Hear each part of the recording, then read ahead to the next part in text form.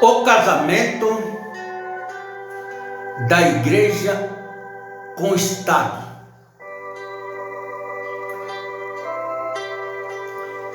O casamento da igreja com o Estado. Por que a igreja se casa com o Estado? Porque ela não tem um marido. Se ela tivesse um marido, ela não se casaria com o Estado. E quando nós vemos a igreja tão envolvida com os problemas particulares, políticos do Estado, há uma resposta. A igreja está fracassada, falida.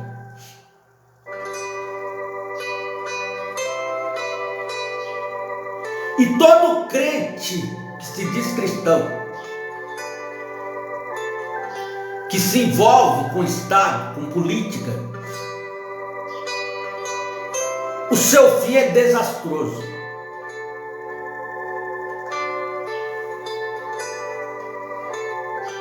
Todo pastor apaixonado por política, tentando competir com o Estado, o seu ministério é um fracasso. E Jesus deu boas dicas para aqueles que estavam no ministério da palavra. Ele usa a frase: dê a César o que é de César e a Deus o que é de Deus. O Estado é de César. O Senhor do Estado é César. O que é que você tem que dar a Deus? Louvores, glória, honra, poder, adoração.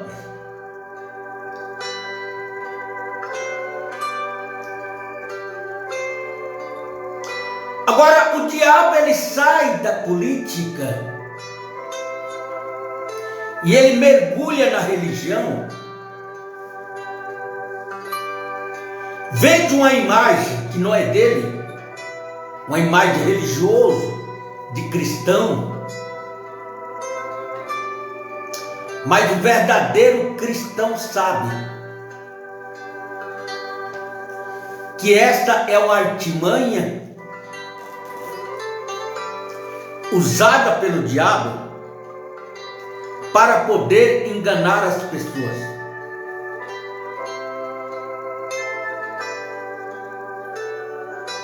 Nós encontramos dois personagens na Bíblia: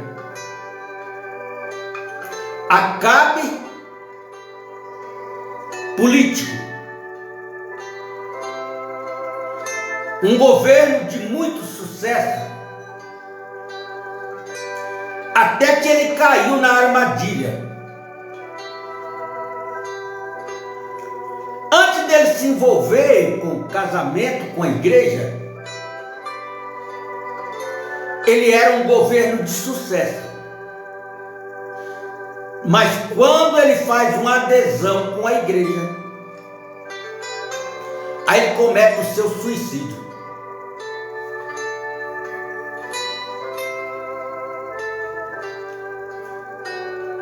Ele, sendo um judeu de origem, criado na igreja, criado sob os ensinamentos da igreja, dos profetas do seu dia, ele desviou dos caminhos de Deus e se enveredou na política.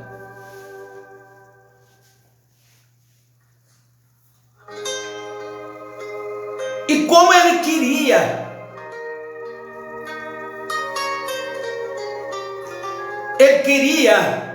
ganhar os religiosos, os crentes,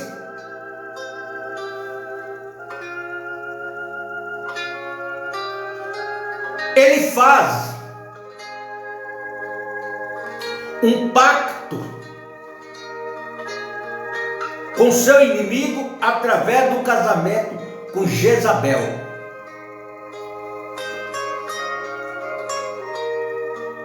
Jezabel nunca adorou a Deus. Jezabel não temia o Deus de Israel. Ambiciosa, vaidosa, orgulhosa, jactanciosa e, por último, assassina.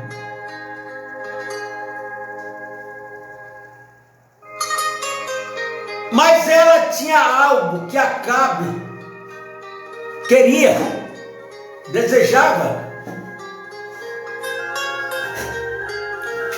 Ela tinha a religião do seu Deus, do seu povo pagão. E ela então começa a seduzir Acabe. E dali nasce um casamento pervertido.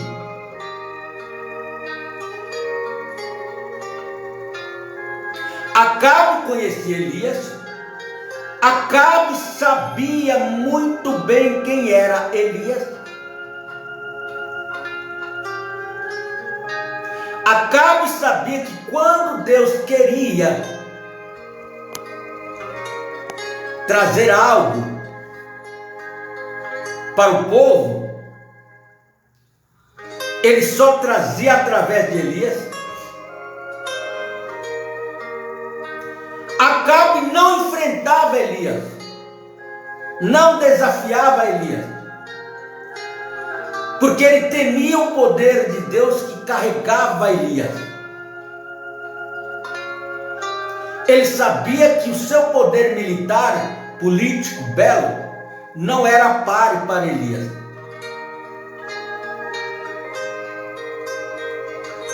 Mas como ele não tinha o temor de Deus no seu coração, ele já tinha perdido o temor de Deus, abandonado a religião dos seus pais, da sua igreja, tinha ido embora para o mundo político.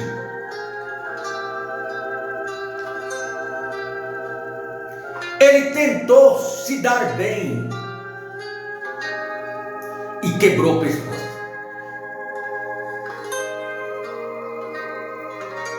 Então ali estava Acabe de olho naquilo que Jezabel tinha para oferecer e Jezabel de olho no poder. O que o mundo religioso, o mundo gospel, o mundo apelidado de cristão quer hoje? Eles querem o poder. Eles querem o poder político, porque eles já dominam o mundo pela religião. Então, se eles conseguirem capitalizar a religião e a política, eles assumem o poder. Aí eles fazem o que bem quiser.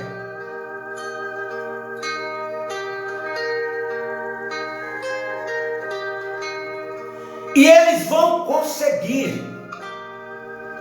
Quando chegar a hora, eles vão conseguir. Ainda não conseguiram porque ainda não chegou a hora. Mas quando chegar a hora, eles vão conseguir. Porque somente através desse casamento, desse ajuntamento, porque não é um casamento, é um ajuntamento,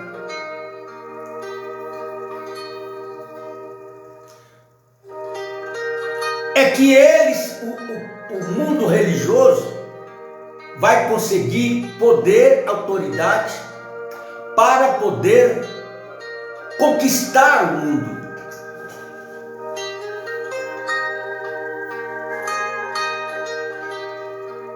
%50 eles dão a Deus, 50% eles dão ao diabo. Mas Deus não divide o seu poder com alguém. Deus é absoluto.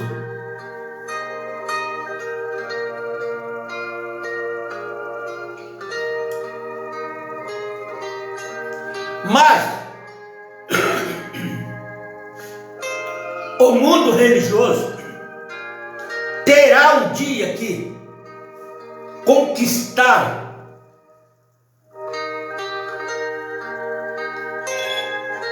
o mundo político por completamente.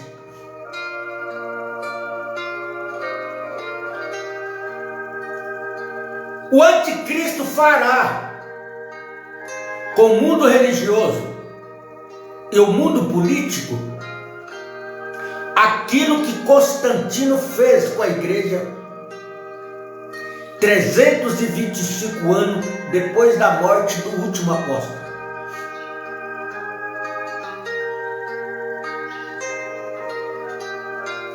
Ele sabia que ele não conseguia governar, ter supremacia, se ele não conseguisse unir esses dois poderes,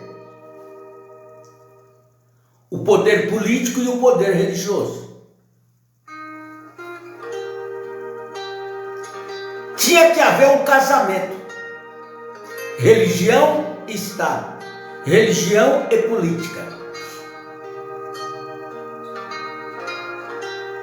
Porque nós vemos hoje no nosso país 90% dos políticos hoje estão saindo das igrejas, estão predominando o poder político, o Estado político,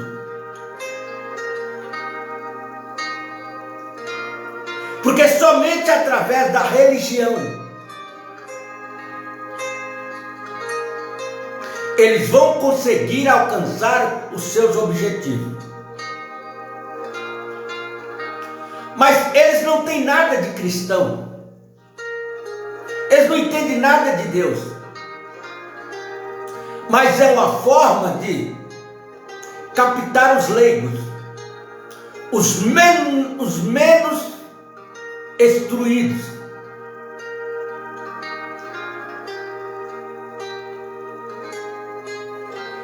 E o plano que eles apresentam parece um plano milagroso, satisfatório. Mas atrás disso está uma cápsula sanguínea de sangue. É como um fazendeiro que não suportava as moscas, os enxames de mosca na sua casa. Isso falando lá no passado, não hoje. E ele então prepara um pires com mel, porque ele sabe que o mel atrai as moscas. E ele colocou sobre a mesa. E as moscas então desciam para subtrair o mel. Ao fazer isso, elas ficavam enroscadas, lambuzadas com mel e não conseguiam voar, voltar para o telhado.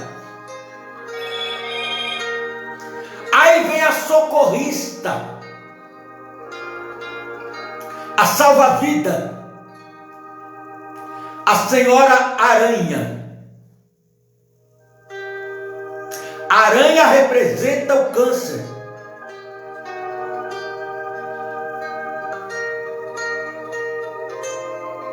Caranguejo representa o câncer. ver a mosca enroscada no mel, ela logo tece uma corda de salva-vida.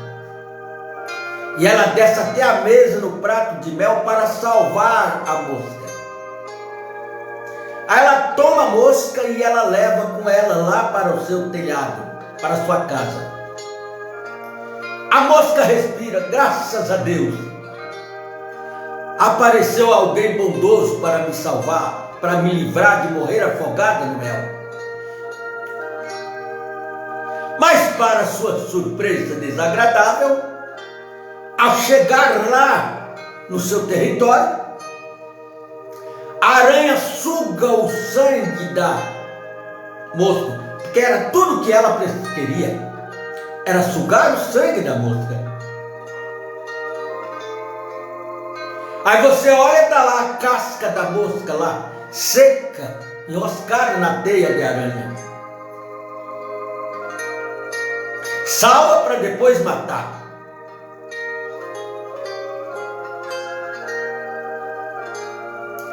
Assim estão essas aranhas religiosas, apelidada de pentecostal, igreja de Deus, igreja salvadora, igreja milagrosa, toda essa coisa.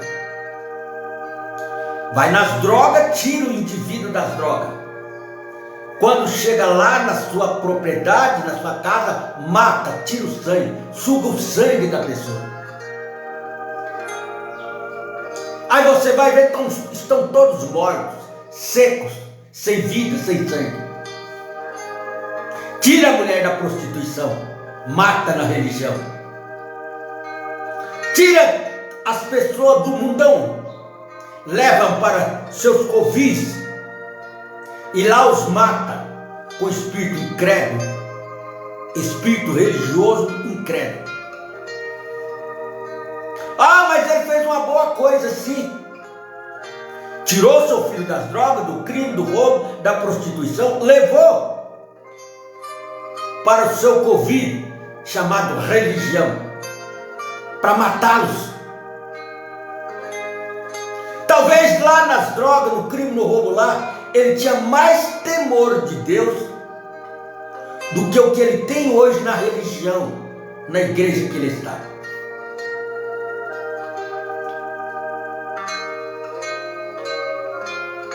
Assim foi Constantino. E ele faz uma promessa para os cristãos, porque até então, quando ele se levantou, ele já havia matado todos os apóstolos e profetas. E os crentes estavam ecoados, recolhidos, porque sabia que assim como eles tinham matado os seus pastores, os apóstolos, eles matariam também a igreja. Aí aparece Constantino em cena, o salvador da pátria. E ele sabia que para ele vencer politicamente, ele precisava do apoio dos hereges, que eram os cristãos, e o apoio daqueles que eram os conservadores, a religião mãe do dia. Mas a igreja ela era assassina. Ela já tinha matado os profetas, os apóstolos, matado o Senhor Jesus Cristo.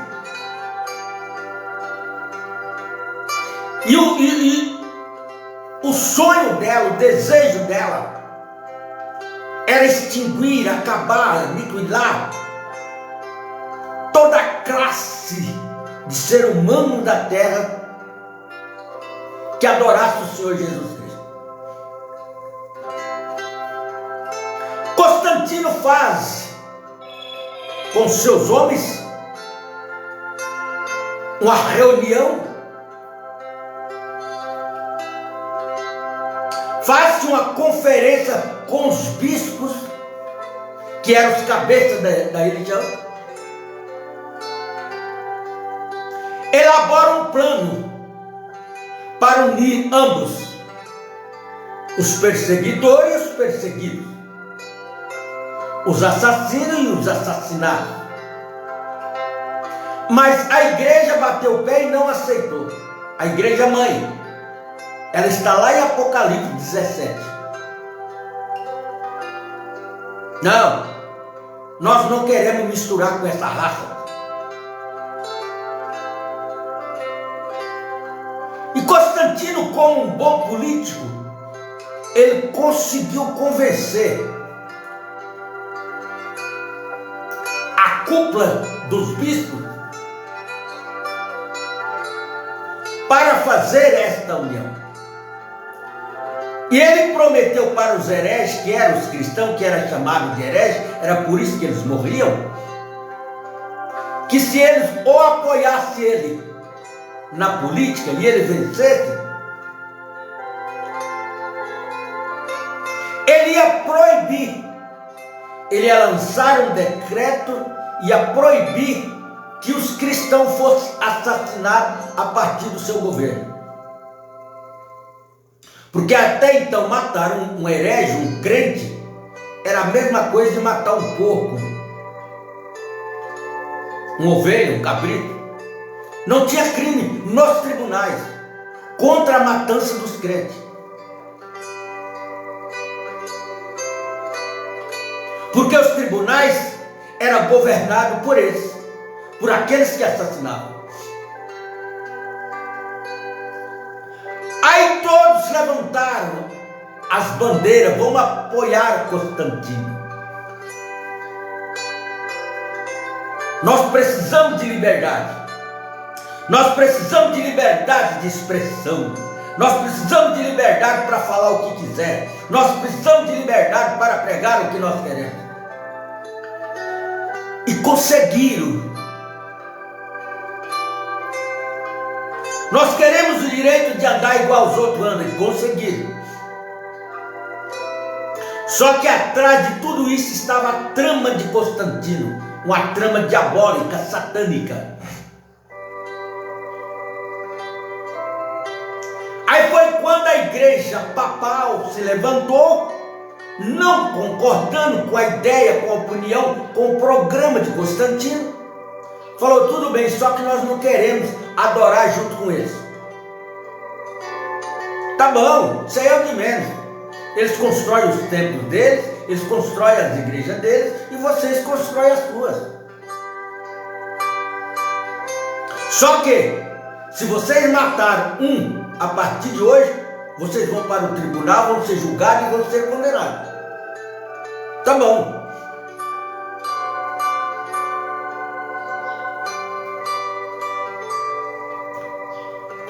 Só que a igreja mãe, que predominava o mundo, ela quis estabelecer o seu conceito. Bom, nós vamos, eles seguem o Deus deles, nós seguimos o nosso. Só que até então, tanto o herege como a igreja nominal, a igreja assassina, todos batizavam no mesmo batismo. Aquele batismo pagão lá de Mateus 28, 19. Todos.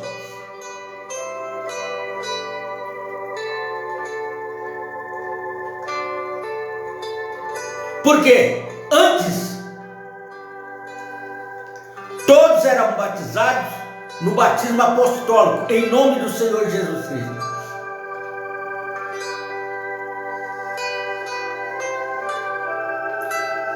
A igreja nominal, a igreja assassina, sanguinária, que odiava e matava em nome de Deus,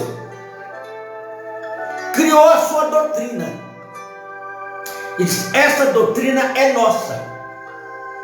E na realidade é dela.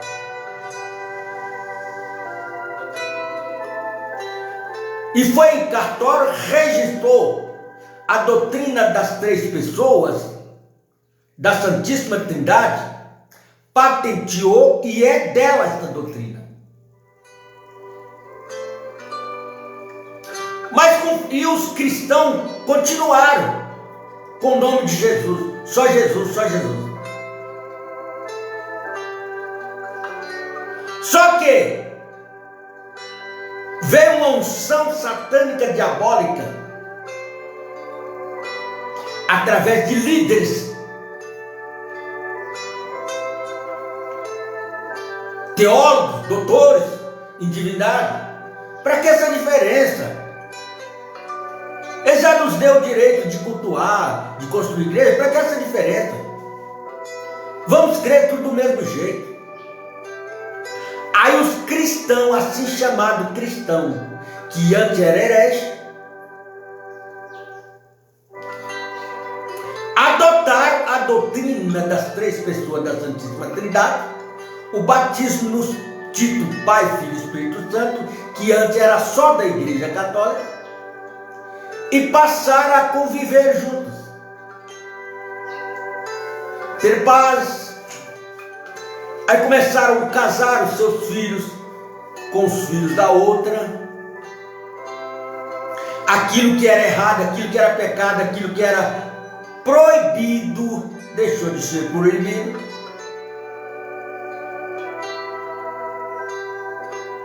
Só que eles deixaram de ser chamados de hereges e passaram a ser chamados de protestantes.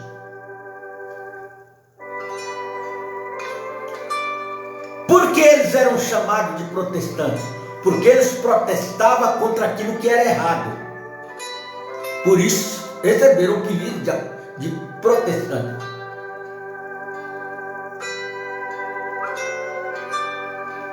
Mas eles foram obrigados para comer todos na mesma mesa, para andarem todos juntos, trabalharem juntos, conviver numa sociedade juntos. Eles tinham que deixar de protestar.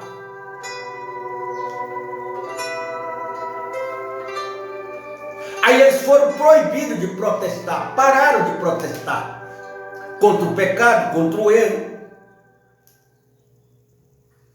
Aí agradou todo mundo. Só que eles tinham que arrumar um outro nome para colocar no lugar do protestante. Aí arrumaram o apelido de evangélicos. Agora já não era mais protestante, agora era evangélico.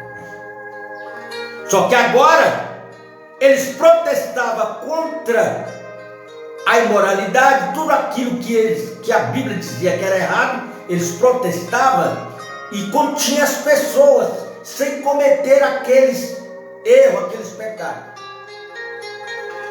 Agora, como eles não protestavam mais, eles estavam proibidos de protestar, abriu-se a porteira e a coisa entrou desenfreada na igreja, na religião. E olha o estado da igreja, olha o estado da religião que é hoje. A imoralidade,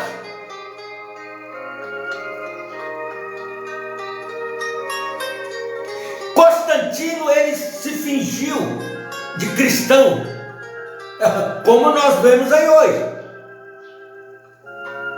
para conquistar os cristãos, conquistar os leigos. Mas Constantino só foi se batizar e decretar a sua fé cristã na igreja cristã, faltando 12 dias para morrer. Ele nunca foi cristão, ele nunca foi evangélico, ele nunca foi protestante. Mas ele foi uma cunha de apoio entre hereges e aqueles que se chamavam cristãos, para unir todo mundo numa só fé, num só Deus.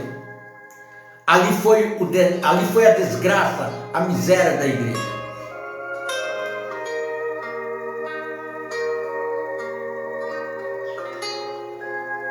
Porque hoje nós vemos as maiores lideranças do Evangelho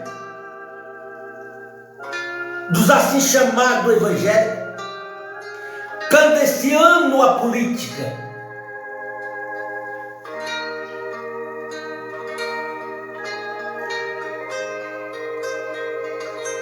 Esta é a astúcia e a armadilha de Satanás.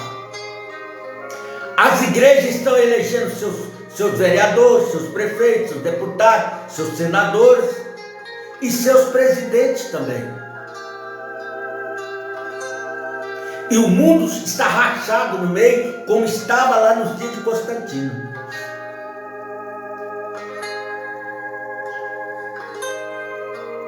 Então Acabe casa-se com Jezabel. Contra Deus, contra a vontade de Deus.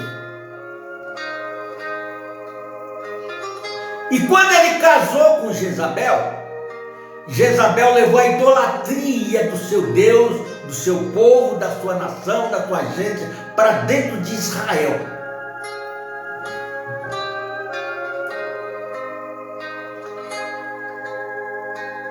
Aí vem Paulo e diz: nem todos que se dizem judeus são judeus, e não são mesmo. Essa barbulha, essa confusão, essa mistura de língua que nós vemos aí hoje, chamada Israel.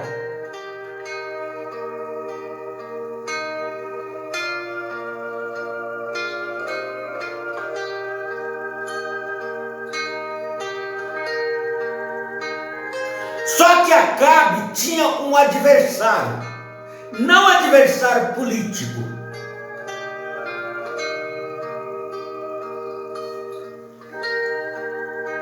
Um cristão, genuinamente cristão, temente às bases cristãs do seu dia, chamado Nabote. E os pais de Nabote, os avós de Nabote, aquilo ia passando de geração a geração, deixa uma herança fabulosa para Nabote, que era uma vinha. E ter uma vinha naquele tempo era coisa grandiosa. Era mais do que você ter um banco hoje. Era mais do que você ter uma fazenda hoje de arroz, feijão, milho. E o governo político de Acabe também tinha suas vinhas. E não era uma só. Mas nenhuma das vinhas de Acabe se comparava à vinha de Nabote. As vinhas de Acabe representam as denominações, as igrejas religiosas. A vinha de Acabe representa o eleito, o verdadeiro e genuíno cristão.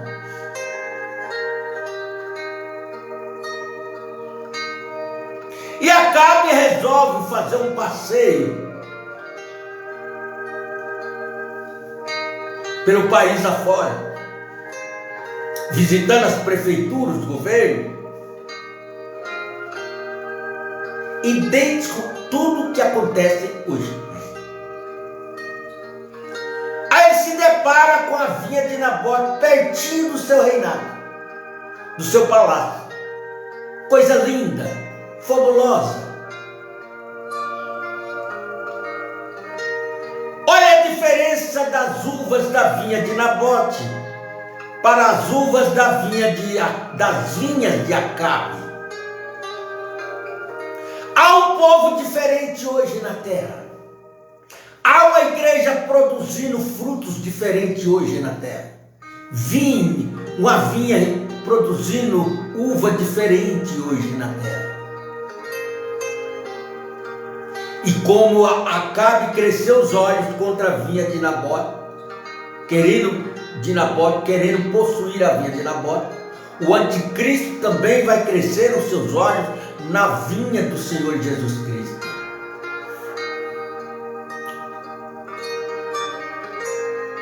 Tudo isso que você está ouvindo, meu amado irmão, minha amada irmã, é linguajar profético. Mas se você está no sistema, numa denominação, numa organização que não crê em ensinamento profético, você não vai entender.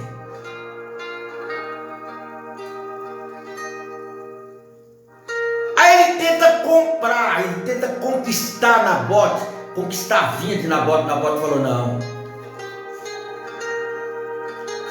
Para que essa separação? Para que essa divisão? Vamos unir, somos todos de Deus.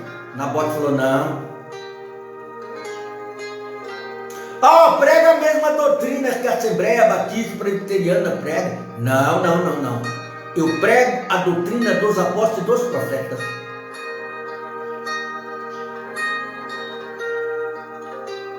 Acabe lutou, não conseguiu convencer Nabote. Ele volta triste, amagoado para casa. Chega em casa, desapontado, nervoso, corre para a cama dele e fica lá emburrado.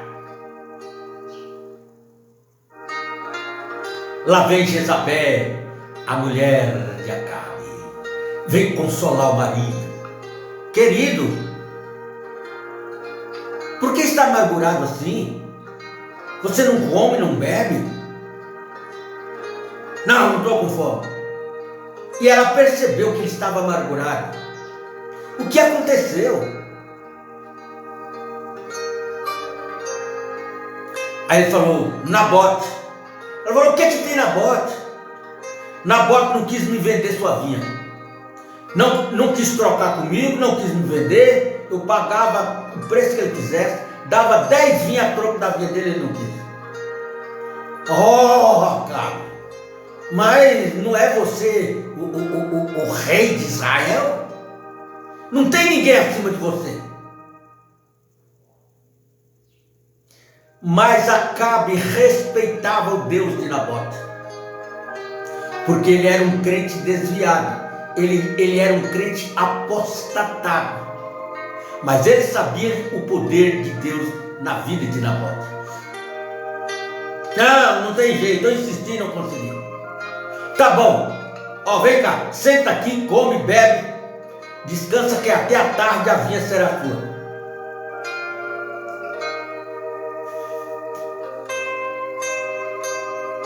Acabe não se preocupou em instigar, perguntar, investigar ela. Por que você está dizendo que a vinha vai ser minha? Não! Um palesma, um lerdo, comeu, bebeu e foi dormir. Ela mais que depressa vai no gabinete de Acabe, escreve uma carta assassina, assina a assinatura de Acabe, carimba com o time do governo, manda para a cidade de Nabote, dizendo: Nabote pecou contra Acabe e blasfemou contra Deus. Não é a mesma coisa que se repete hoje, quando você fala para eles que não existe uma trindade, que não existe 3 deuses na divindade, eles falam que você está blasfemando. Você está blasfemando contra o Espírito Santo. A mesma cena, ela escreve aquela carta, chama o seu mensageiro de confiança, o ministro da justiça do governo de Acabe, aquele que ninguém podia parar ele na rua. Leva essa carta até os anciãos da cidade de Nabote e entrega. Ancião, não foi aos pastores, aos anciãos.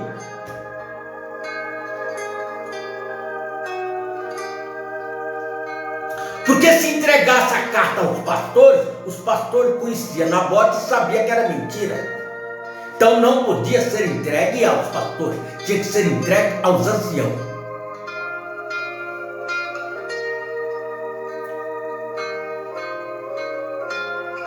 Chegaram e entregaram a carta para o chefe dos anciãos. Fizeram uma reunião, decidiram ali, através daquela carta assassina de Jezabel, que Nabote deveria morrer. mandam prender Nabote, traz Nabote na praça perante toda a população da cidade. E um dos anciãos lê a carta e diz: Nabote pecou, blasfemou, pecou contra o governo e blasfemou contra Deus, deve ser morto. Aí decidiram e mataram Nabote. O mesmo mensageiro volta correndo, o ministro da justiça, trazer boas novas para Jezabel. Isso, o serviço está pronto, está feito. Nabote está morto. Aí então ela volta para cá e diz: alegre-se, Nabote está morto, agora a vinha é sua. Ele nem se preocupou em descobrir como foi que Nabote morreu. Quem que matou Nabote? Não mandou investigar? Não. Ele mais que depressa se apronta, todo belo, formoso, pega a sua carruagem, manda os seus homens arriar os seus cavalos na carruagem e vai saborear as vinhas, as uvas da vinha de Nabote. Mas quando ele abre o portão e entra, lá está um velho careca com um pedaço de pau na mão e um couro de bode jogado nas costas. Ele assustou. E ele viu que era Elias. Elias, o que faz aqui? Fizeste o mal aos olhos do Senhor. O que eu fiz? Eu não fiz nada de errado. Você matou Nabote. Eu não matei. Matou através da sua mulher.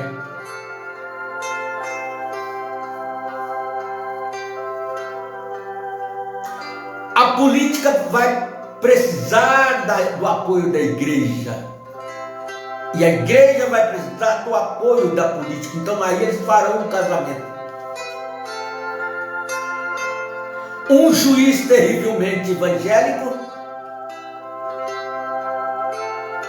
apoiando a mentira de Jezabel e condenando Nabote.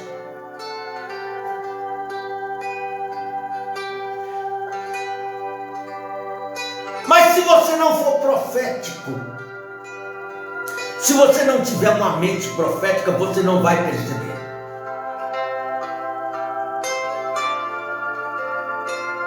Você fez o que era mal aos olhos do Senhor, matando Nabote para tomar a sua vinha.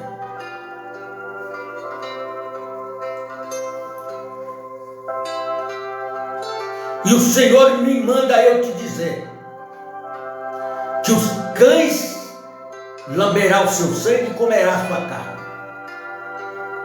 por causa deste mal.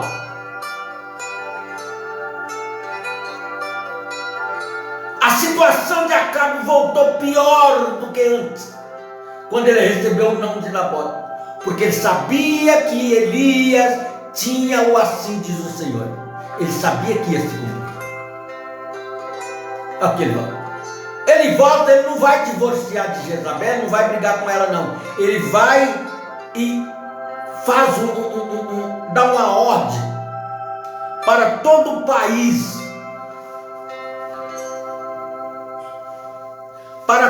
país, jejuar, orar em saco de cinza por causa do pecado de Jezabel. A cena se repete, junta todo o país para marcha para Jesus, para cobrir o pecado, o erro, o engodo, a nojeira que eles estão cometendo. A mesma cena, não há diferença.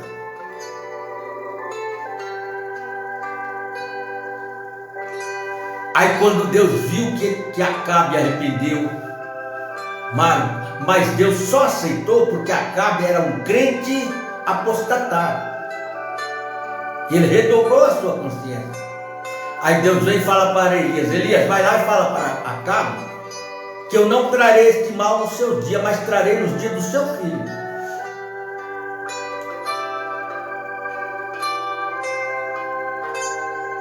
Seus filhos vão pagar pelo pecado que ele cometeu.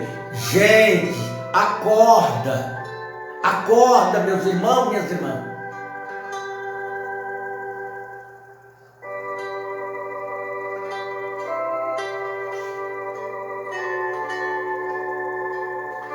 E o profeta fala na mensagem demonologia. No parágrafo 227 ele diz assim: costumava ser que tínhamos isso no meio daqueles com o Espírito Santo, mas afrouxamos as travas. Um velho irmão costumava dizer: afrouxamos as travas, afrouxamos as travas. Nós nos comprometemos com o pecado, afrouxamos as travas.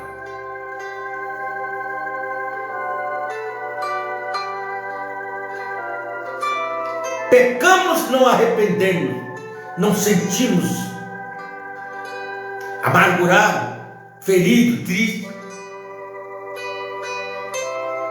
com as mentes cauterizadas.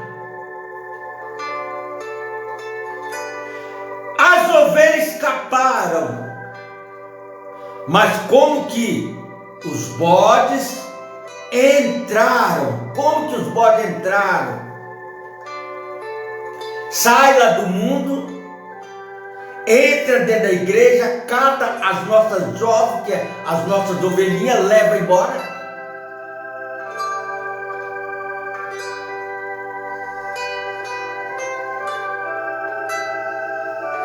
Entra nos lares, destrói os casamentos, roubam a mulher do outro, o marido da outra, porque afrouxamos as travas. Foi esse o problema, disse o irmão Branda. Vocês afrouxaram as travas. O mundo e a igreja se misturaram, exatamente como os moabitas e assim por diante. E Balaão, e como ele fez? Como foi que ele fez? Através do casamento entre eles. É exatamente a mesma coisa hoje.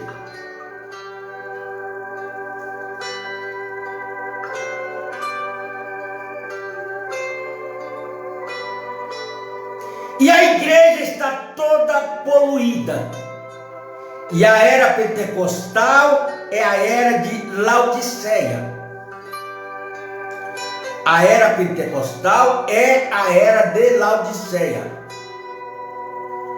Quando acabou a era pentecostal, acabou a era Laodiceia. Quando acabou a era de Laodiceia, acabou a era pentecostal. Não tem mais. Que fica morna e é vomitada da boca de Deus. Não é que ela vai ser vomitada, ela já foi vomitada. Porque a boca de Deus é o profeta. E ela já foi vomitada da boca de Deus. Não tem mais conserto.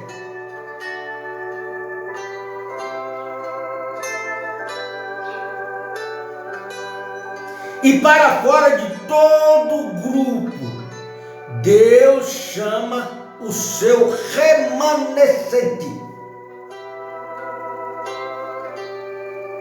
E quando ele vomita a era de Laodiceia, a era pentecostal, ele vomita, vai lá no vaso sanitário, vomita e dá descarga.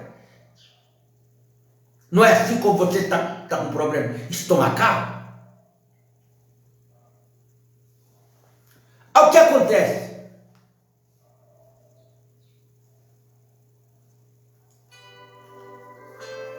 Aí ele vai buscar um grupinho de remanescentes. Esse grupinho de remanescentes representa Isaac, a semente. Esse grupo de pentecostal da era de Laodiceia, vomitada na boca de Deus, representa a velha Sara, o velho Abraão.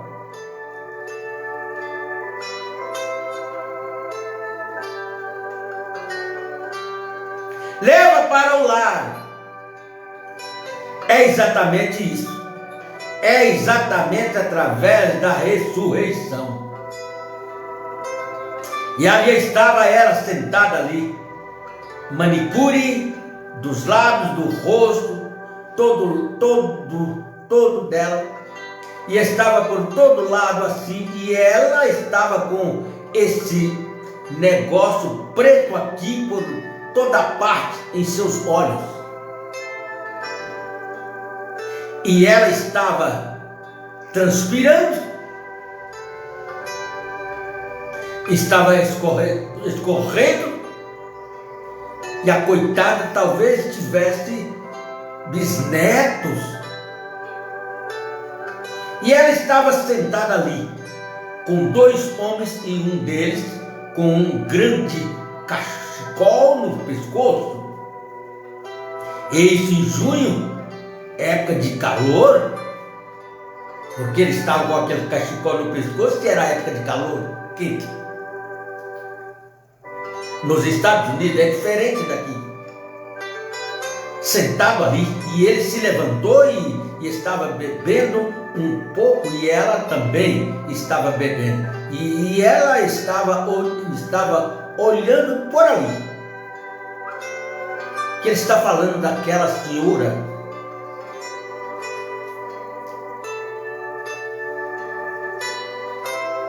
que ele chegou a condená-la, desejar a morte. Pensei, ó Deus, por que tu não fazes isso, Senhor? Desaparecer do mapa. Por que tu não fazes? A minha pequena Sheila, o meu bebezinho, minha pequena Sara e minha pequena Rebeca tem que ser criada nessa geração, chegar a encarar coisas tal como essa. Ele instigando a Deus. Pensei, olha aqui, nesses parques e coisas tais, e o que acontece, eu pensei, ó Deus, ainda bem que tu tiraste Sharon, ela se foi, essa foi a tua vontade. A minha pequena Rebeca e a pequena Sara tem que ser criada com tal coisa assim. O que é que essas pessoas chamam-nas, cantam no coral e tudo mais. E pensei, não é uma vergonha? Pensei, Deus, como pode a tua santa justiça suportar isso? Dá a impressão que a tua indignação justa iria ali e estouraria este lugar.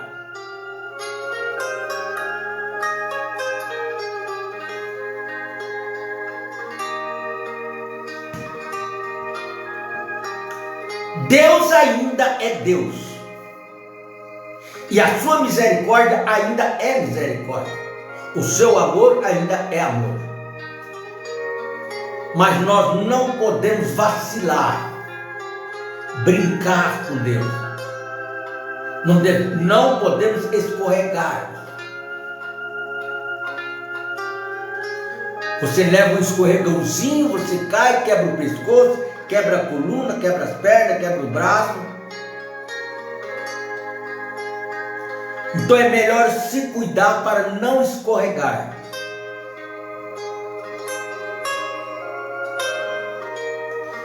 Deus não deixará passar impune, de maneira alguma. Deus não chama o homem a julgamento sem antes advertir. Ele adverte. Ele adverte. Você trabalha numa empresa. Você paga, está lá 2 dias, não aparece na empresa. Aí você chega, o seu chefe traz uma advertência, você assina. Passa uns 15 dias, da mesma forma. Lá vai você de novo, falta mais 2, 3 dias. O seu chefe vem e te adverte. Aí vem o 3º dia. Aí chega uma hora que a empresa não aguenta mais. Mesmo que o seu chefe, seu encarregado, goste muito de você, mas o RH vai te chamar e vai dizer, ó, a partir de hoje você não faz mais parte do quadro de funcionário da empresa.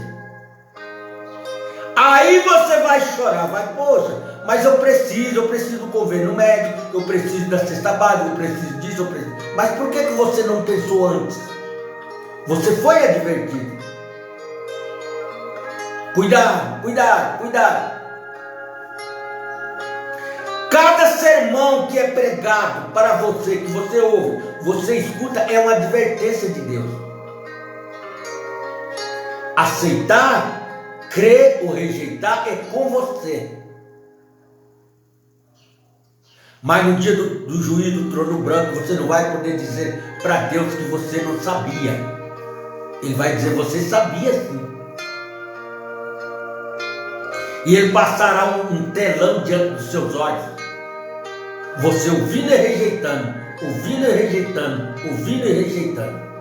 Um dia você ouvirá pela última vez e rejeitará pela última vez.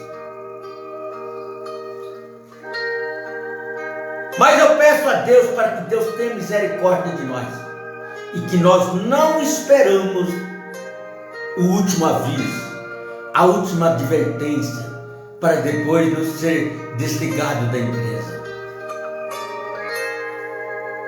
Shalom. Deus os abençoe em nome do Senhor Jesus Cristo. Até a nossa próxima programação, permitindo o Senhor. Um abraço fraternal a todos os meus amigos e irmãos que nos acompanham na nossa programação. Qual o meu abraço aqui para o meu amigo João Ramos e meu amigo Dionísio Rodrigues. Também para o meu amigo João Bosco e meu irmão Sivaldo, lá em Presidente Prudente. João Bosco, Rio Claro. Sivaldo, lá em Presidente Prudente. Um abraço para minha amiga Sheila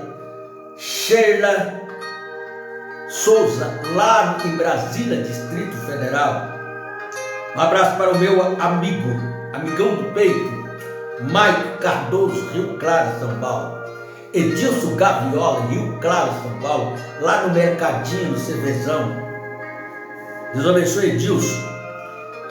Também para Manuel de Almeida, Rio Claro, São Paulo. Cláudio Godoy, Rio Claro, São Paulo.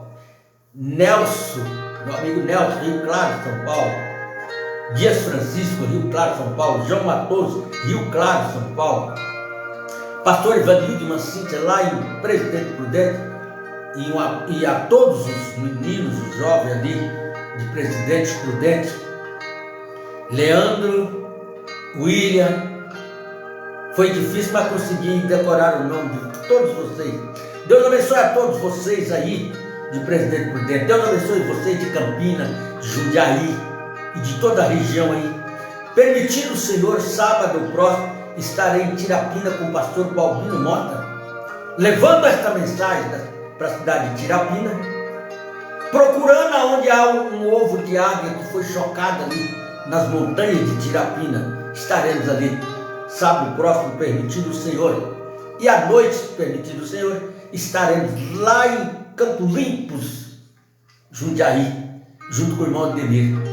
A todos vocês, shalom, um abraço na graça e no amor do Senhor Jesus Cristo. Até a nossa próxima programação. Com saúde e paz. Um abraço a todos.